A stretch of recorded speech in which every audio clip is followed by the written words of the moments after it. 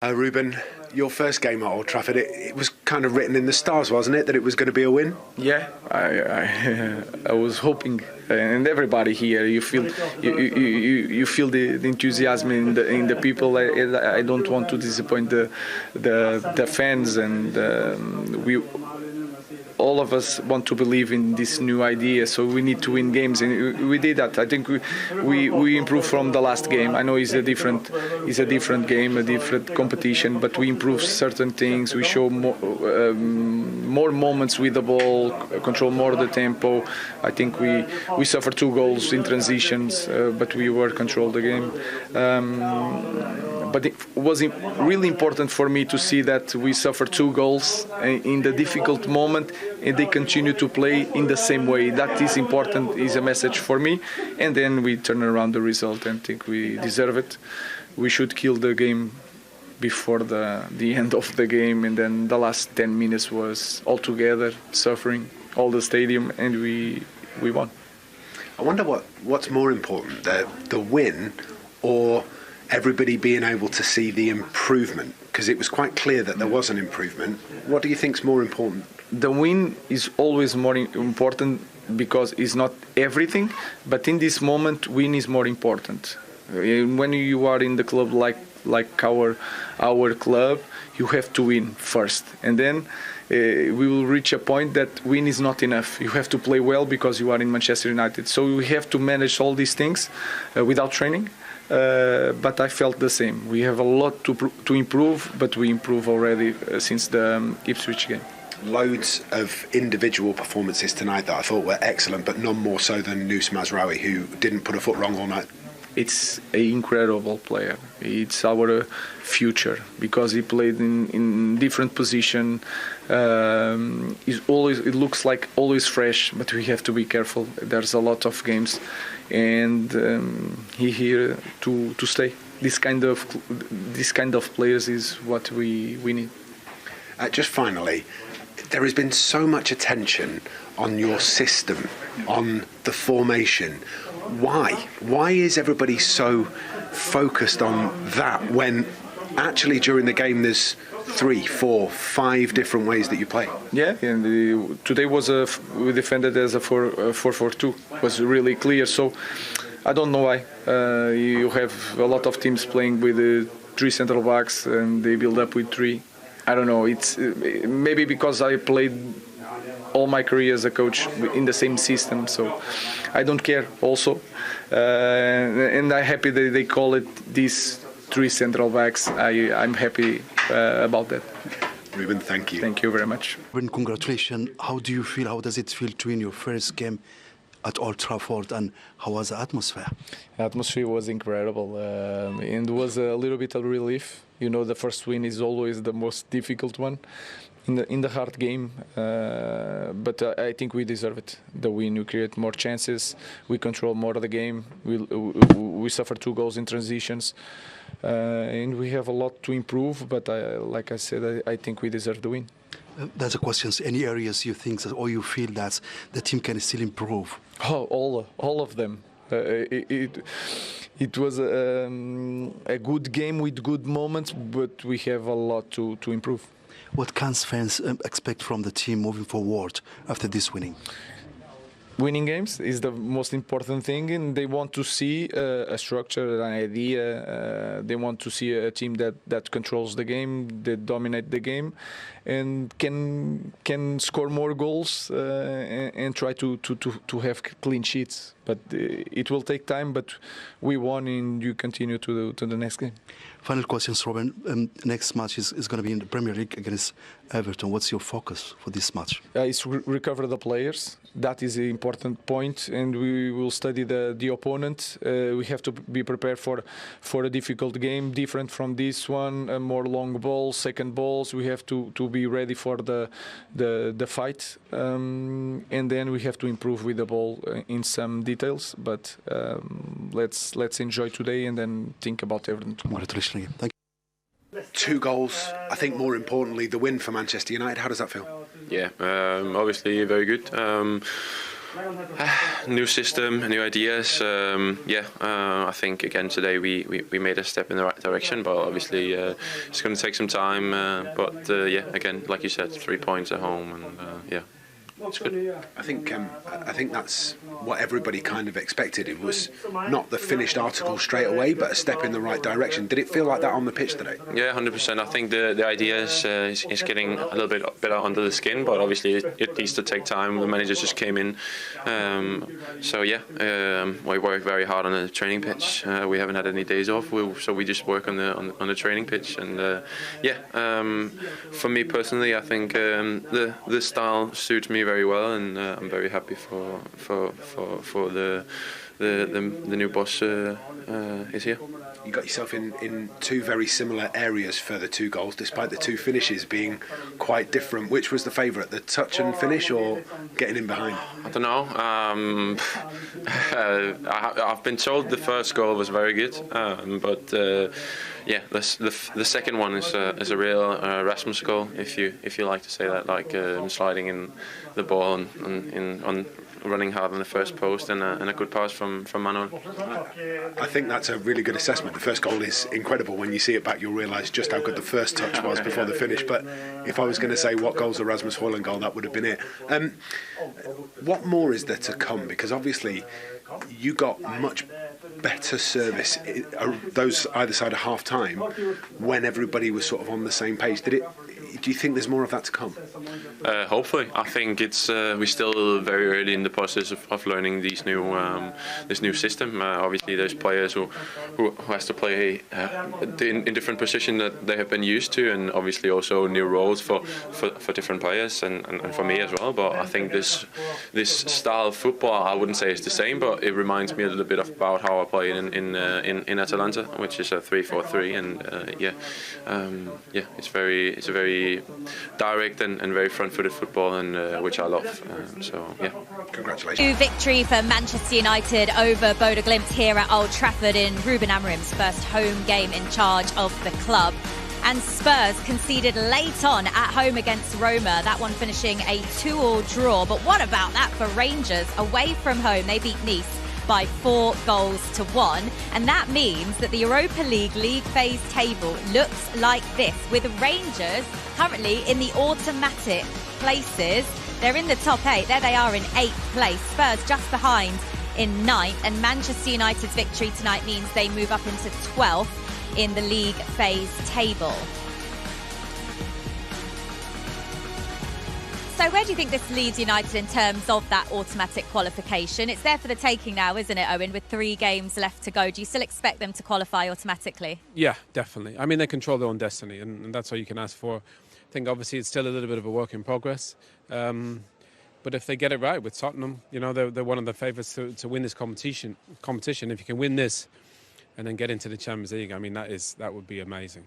It was Ruben Amorim's first home game here, Karen. Let's take a look back at the goals, because it was a fast start for them as well, scoring in just 51 seconds. That's the start he wanted. Yeah, dream start. I mean, Hojlund starts the press there. It's big distances, but he gets there. He's powerful, he's quick, and don't know what the goalkeeper's thinking, to be honest. And Garnacho's thinking, thank you, Rasmus, you've given me a gift here. But like you can see from this angle now, get up to the ball, cut off passing angles, and then it's really simple, and it's an error, but it was an absolute dream start. To be fair, Rasmus done really well, because he stopped him going to the left. I think initially the goalkeeper was going to take it across his body to the left, but Rasmus just delayed him for a second and made him think, and obviously once he took that touch, he was way too quick for him. He was always going to win it.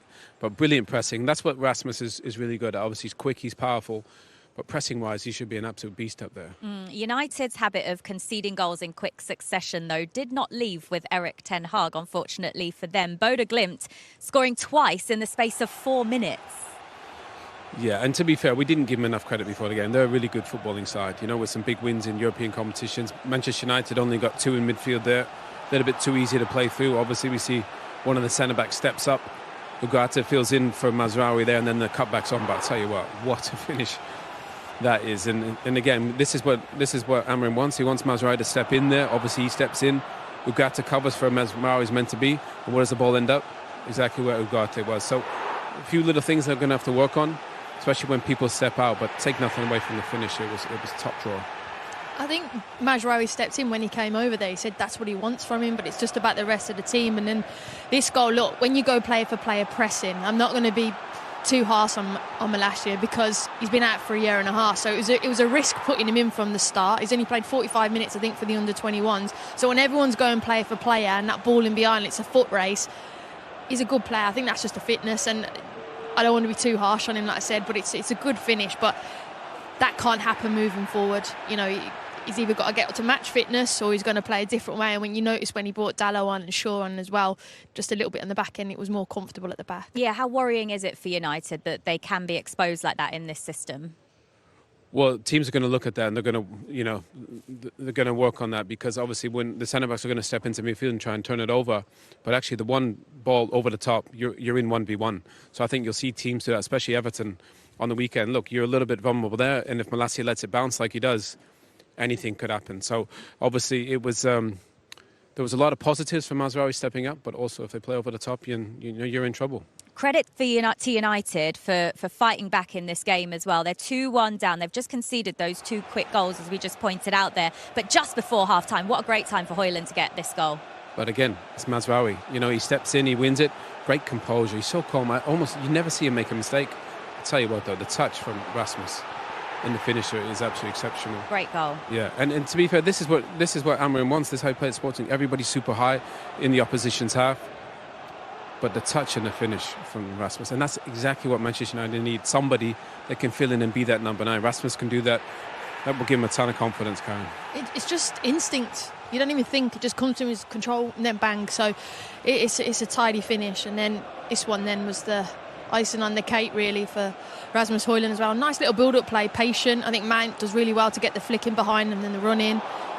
And then again, it's a great ball, and I like Rasmus Hojlund because he doesn't make his run outside the width of the goal, because then it makes it a little more difficult to finish. He tries to stay in there, gets across strong, then he gets his rewards. Mason Mount had some really good touches today, clever. Little flicks there. Obviously Ugarte makes a little run in behind, but when they're that dominant, which he wants them to be with the ball, basically everybody's 30 yards from the opposition's goal, and it allows players to make runs off the back of people. That's Ugarte, your defensive midfield player. So a lot of positives, I think, from that in scoring 3 goals, but still, I think Amorim, he'll want to work on the balance and the defensive shape and mechanism, because there's still a few gaps in midfield. Yeah, it's not been an easy start to the season for Rasmus Hojlund, though. Getting those 2 goals tonight, he started the season injured. He's had to work back to his fitness. How much will that help him? Do you expect him to be the starter up front on Sunday? I do. And in all of that, he's young. He's young, and it's a heavy burden playing up top for Man United. And what I would say is sometimes with his wingers, he's not always given the service. But tonight, that will be absolute confidence for him. He's got power, he's got pace, he's pressing, 2 goals. Brilliant for him.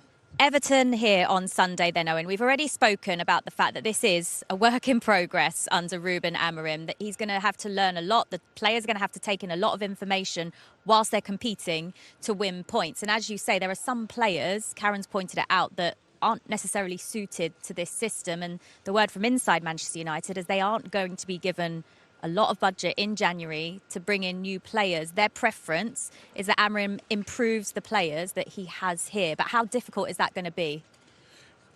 Well, I think that, look, they got a lot of good players. Do they have the players capable enough to winning the Premier League, Champions League? Probably not. That's going to take time to sort the recruitment out. But I think the most important thing is that they get results. Obviously, Everton on the weekend, look, it's a tough game. But at home, you'd expect them, to win that game. Everton's going to come and play different than Bodo Glimt did. The ball might be in the channel a little bit more, and there'll be a lot of second balls and set pieces. So tough fixtures, especially the Arsenal one coming up, I think, after that. But they need to find a way to get results. Today they didn't play brilliantly, but they found a way to win the game, which is the most important thing. One of the other things that Ruben Amorim pointed out in his press conference is the fitness of these players. He's clearly not happy with how fit they are. It's one of the things he just said to us here as well, is that he had to make substitutions based on the fitness of these players. But that's also going to take time, isn't it? Yeah, it is. I think there's definitely time in 60 minutes, bringing players on for the 30 minutes to build them up. And there's a player like Yoro still to come back in, which I think in this system that he wants to play will be huge. Getting Shaw back in has been huge tonight. So certain players coming back in, giving Mount those minutes as well. I think he has the players in certain positions. I'm still worried about the centre midfield. I still think that if he wants to be high and aggressive, still think that's the area that he's going to keep tweaking with. And against Ipswich, he switched Eriksen and Casemiro. Wasn't quite sure. Tonight he's put Bruno a bit deeper. But the fitness is a problem. You know, Sporting run. They ran. He has to turn his Man United team into a team that run, press and go at big distances. So that, again, will take time. What is that solution in midfield then with the players he currently has? I don't think he has the personnel that he had at Sporting. I think if you're going to play two in there, they need to be two super athletes and cover the distances. And I'm not sure they have that as such. I think they got some really good players, different players, but he might have to tweak it that maybe one of those 10s drops in and one of the wing backs gets a little bit higher for the width. But I think playing two in there against, say, an Arsenal or a City, I think that's going to be really, really difficult. Owen, you were very positive before the game. Are you feeling just as positive now? To be fair, the fans make me positive. Ruben makes me positive, and they found a way to win the game. I think it's a work in progress. We need to be patient, but they're getting there. It's good to see you both smiling anyway. Game, but you are strong to come back and to win in the second half. Yes, I agree. Tough game, but at the end, a good win, a well-needed win in the Europa League, and eventually, the first home game for the new coach, directly a win. That's good, a good basic to build on. About the new coach, not to compare, just to understand. What's the difference of the management? What the speech to speak with you tactically, individually, collectively? I think everybody sees that. We have a new style of play now. We play more with three in the back. You can say, name it however you want, but you see a new style of play. You see also some good football. He encourages to be confident in our play. Wait till the right moment, be in the right positions. I'm not gonna say too much, otherwise other teams know how we play. So, but it's starting to be clear for everybody. Personally, big performance, especially with the assist at the end of the first half. I'm happy with the assist. Always, I'm happy to help the team in any way. Now I'm the right centre back, so I'm not usually have to be the guy to make the assist, but I'm happy to help the team in any way. Ruben Amorim didn't have everything his own way in his first Manchester United match at Old Trafford, but a Rasmus Hojlund brace helped deliver the new head coach his first win. United led inside a minute when Alejandro Garnacho took advantage of a goalkeeping howler. The lead didn't last long, though, with Hakan Evgen finding the top corner to bring the visitors level, and it was 2-1 moments later as Philip Zinkernagel raced through to score. Hojlund was United's hero, though. First, the former Atalanta man delivered a fine volleyed equaliser on the stroke of half-time, and then he put the hosts back in front just 5 minutes into the second half, and a late Andre Onana save ensured the 3-2 lead was preserved. After starting their European campaign with 3 draws under Erik ten Hag, the Red Devils still have some work to do if they want to avoid a playoff for the round of 16. However, after back-to-back wins, they at least look set to avoid an early elimination. There was less than a minute on the clock when Bodo Glimt keeper Nikita Hajkin was caught in possession by Rasmus Hojlund, with Alejandro Garnacho picking up the pieces. The hosts continue to threaten, enjoying plenty of possession in and around their opponent's box, only to be caught out by a 1-2 punch. First, Evgen connected with an unstoppable effort which gave Andre Onana no chance. Amorim's men might well have still been licking their wounds a couple of minutes later when Zinkernagel, once of Watford, outmuscled Tyrell Malacia and fired through Onana. To say Rasmus Hojlund was up for this game is an understatement. His sprint to set up the opener set the tone, and his equaliser was a moment of pure quality. The Dane's second goal of the evening was a different flavour, a pure poacher's finish where he showed his strength to beat the covering defender to the ball. It might be a bit of a cliché to say he was hungrier, but that's how it felt. Amorim's United may well live or die on their number 9, with Victor Gyoke's goals, an attacking play a key factor in the manager's sporting success. In just one home game under the new boss, Hojlund has already doubled his goal tally for the season. Trust United to score within 2 minutes in Amorim's first match and then decide no, that isn't fast enough. That said, their opener owed a lot to Hajkin giving them an absolute gift. Hikin panicked under pressure from Hojlund, allowing Garnacho to stroll through and slot the ball into an empty net. That said, United's forwards needed to both be alert to take advantage of the opportunity. The next challenge will be building on these fast starts and maintaining a lead. The Amorim era has certainly delivered early excitement, but in the longer term the odd boring win wouldn't go amiss. More than 500 days had passed since Tyrell Malaysia last started a match for Manchester United. Some rust can be expected from the Dutchman, albeit maybe not in the manner that was exposed at Old Trafford. The former Feyenoord star was left one-on-one with Zinkernagel but was shaken off far too easily. It's the kind of weak defending which would count against you in a friendly, let alone an important European game. In Ruben Amorim's 3-4-3 setup, there will be a lot of onus on the wing-backs, and if they want to be able to contribute regularly then errors like this will need to be cut out. Malaysia's half-time withdrawal might have been planned, given his long layoff, but hell know as well as anyone else what's needed. There are plenty of players hoping Amorim's arrival can give them a fresh start, and Mount is chief among them. The former Chelsea star has struggled with injuries at Old Trafford, but was given a chance to show the new boss what he can do when he started on Thursday. We saw a promising early sign with a shot which forced Hikin into action. The rest of the half was a little quieter, but he was inches away from getting his goal when he hit the woodwork early in the second period. Mount had a bit part in United's third goal, too, delivering a smart flick to free Manuel Ugarte, who in turn fed Hojlund. United have had false dawns before, but Mount showed in this game what he can offer. There was a moment in the first half when Antony found plenty of space down United's right but steadfastly refused to use his right foot, instead attempting to bend the ball to a teammate with the outside of his left. Unsurprisingly, it didn't work. The Brazilian might have struggled for minutes last season and the start of this, but he at least appeared to have a defined role in Erik ten Hag's system. In Amorim's 3-4-3, though, it's an even greater challenge. When Antony made way shortly before the hour, it didn't seem to harm any of the hosts' momentum. The 86 million man is already a very expensive squad player, but he'll need to do a lot more to regain a starting spot.